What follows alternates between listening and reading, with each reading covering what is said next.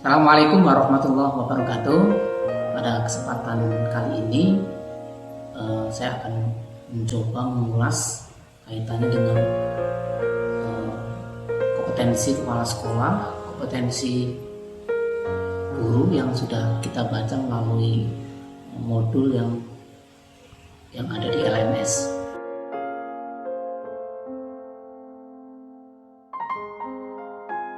Nah, setelah membaca materi mengenai kompetensi guru dan kepala sekolah, yang diharapkan dari modul ini adalah kita adalah sebagai pendidik, yaitu guru dalam hal ini, agar mampu dalam meningkatkan profesionalitas kita sebagai pendidik secara keberlanjutan.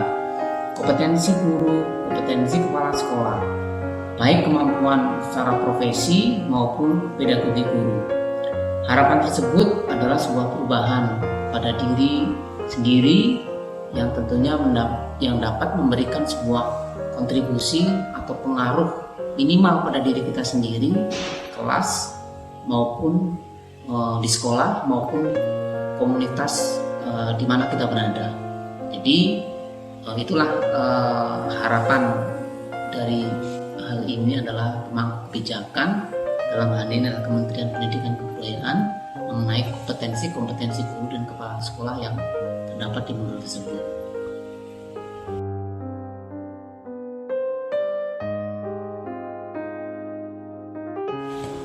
Dampak positif bagi murid jika peran kita sebagai guru penggerak dilaksanakan dengan baik di kelas adalah yang pertama adalah kebermanfaatan kita sebagai guru penggerak dalam skala kelas maupun dalam skala sekolah otomatis akan berdampak pengaruh yang cukup bagus, cukup baik bagi siswa kita. Kebermanfaatan secara langsung maupun tidak langsung, siswa akan merasakan perubahan-perubahan tersebut. Paradigma pendidikan, paradigma pembelajaran, di mana pembelajaran dalam pendidikan guru penggerak ini yang berorientasi pada siswa, kemudian pola pembelajaran yang mengambil nilai-nilai filosofi pemikiran Ki Hajar Dewantara, otomatis jika paradigma itu melekat pada guru penggerak dan dilaksanakan di kelas, maka dampak secara langsung maupun tidak langsung akan dirasakan oleh siswa kita yang dilaksanakan oleh guru penggerak atau diimplementasikan oleh guru penggerak kepada siswanya. Rancangan aksi nyata yang kita laksanakan otomatis akan sangat berdampak positif bagi siswa-siswa kita.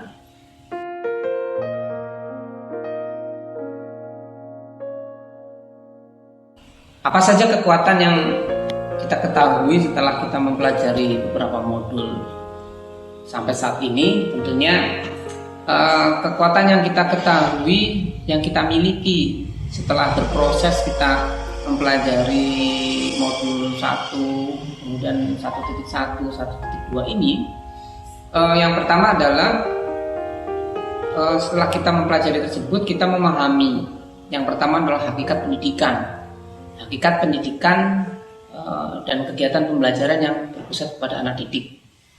Hakikat pendidikan bahwa pendidikan itu sebagai tempat untuk menyemai benih-benih ya, benih-benih kebudayaan yang ada di masyarakat kita, sehingga siswa-siswa kita akan selamat, bahagia ya, dan bisa mengikuti kegiatan pembelajaran atau pendidikan yang merdeka.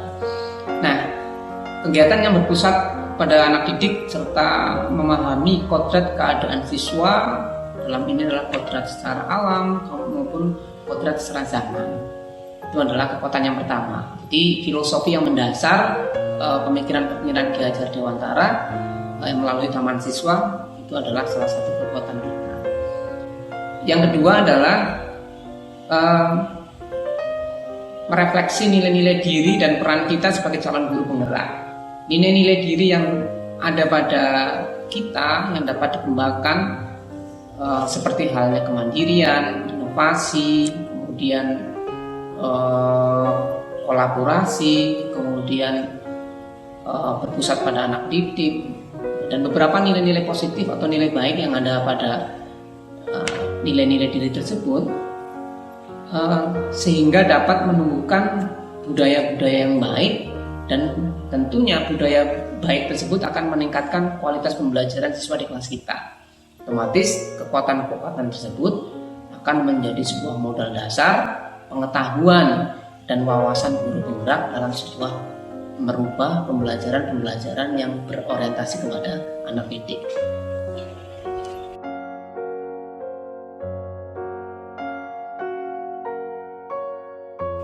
Kontribusi nyata dari kekuatan tersebut untuk berinovasi melalui pengalaman belajar yang bermakna bagi siswa kita adalah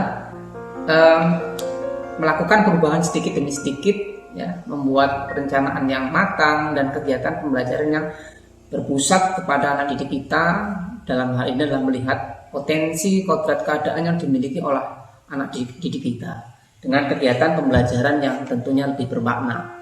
Kegiatan yang pembelajaran bermakna ini adalah salah satunya adalah pembelajaran yang bersifat kontekstual. Artinya adalah kegiatan yang mengaitkan pembelajaran yang kita lakukan dengan kehidupan nyata anak kita. Di samping itu juga pembelajaran tidak keluar dari kodrat alam anak tersebut ataupun kodrat zaman anak tersebut, sehingga pemaknaan pembelajaran yang dilakukan oleh guru dan murid di kelas akan lebih baik. Nah, jadi inovasi-inovasi tersebut merupakan sebuah pengalaman pembelajaran yang nantinya akan dirasakan baik secara langsung maupun tidak langsung oleh guru dan anak didik di kelas.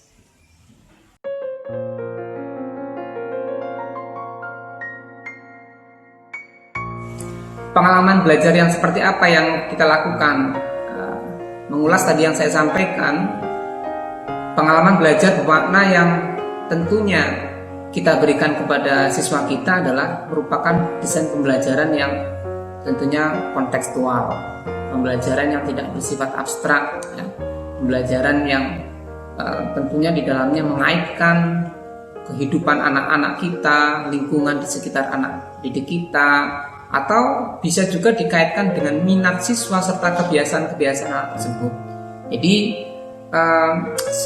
kita mendesain pembelajaran dalam kelas yang muaranya adalah anak bisa paham untuk apa dia belajar, untuk apa dia memahami sebuah materi, untuk apa dia ngerti terhadap konsep.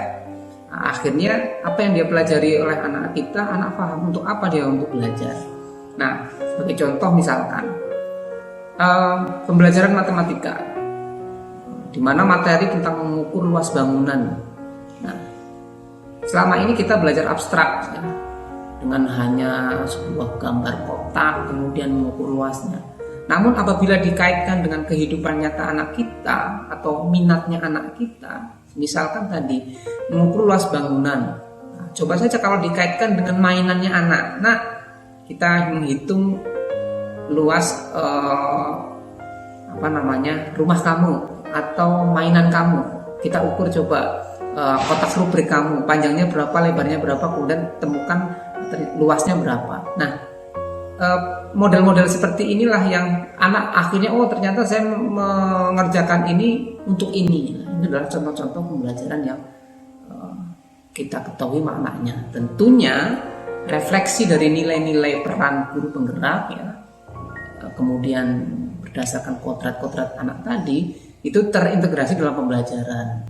Prinsip meneladani, prinsip kolaborasi, kemudian adanya inovasi itu dalam pembelajaran itu adalah nilai-nilai yang ada pada guru, kemudian terimplementasi dalam pembelajaran, sehingga antara nilai-nilai guru penggerak dengan strategi pembelajaran dipadukan dengan model-model pembelajaran, dikaitkan dengan kodratnya anak, akan terjadi sebuah keselarasan dalam hal ini adalah pembelajaran tersebut. Akhirnya untuk terakhir, kompetensi guru, kompetensi kepala sekolah yang tadi diharapkan akan menjawab perubahan-perubahan yang akan kita laksanakan di kelas kita. Terima kasih dari dari saya. Salam guru penggerak.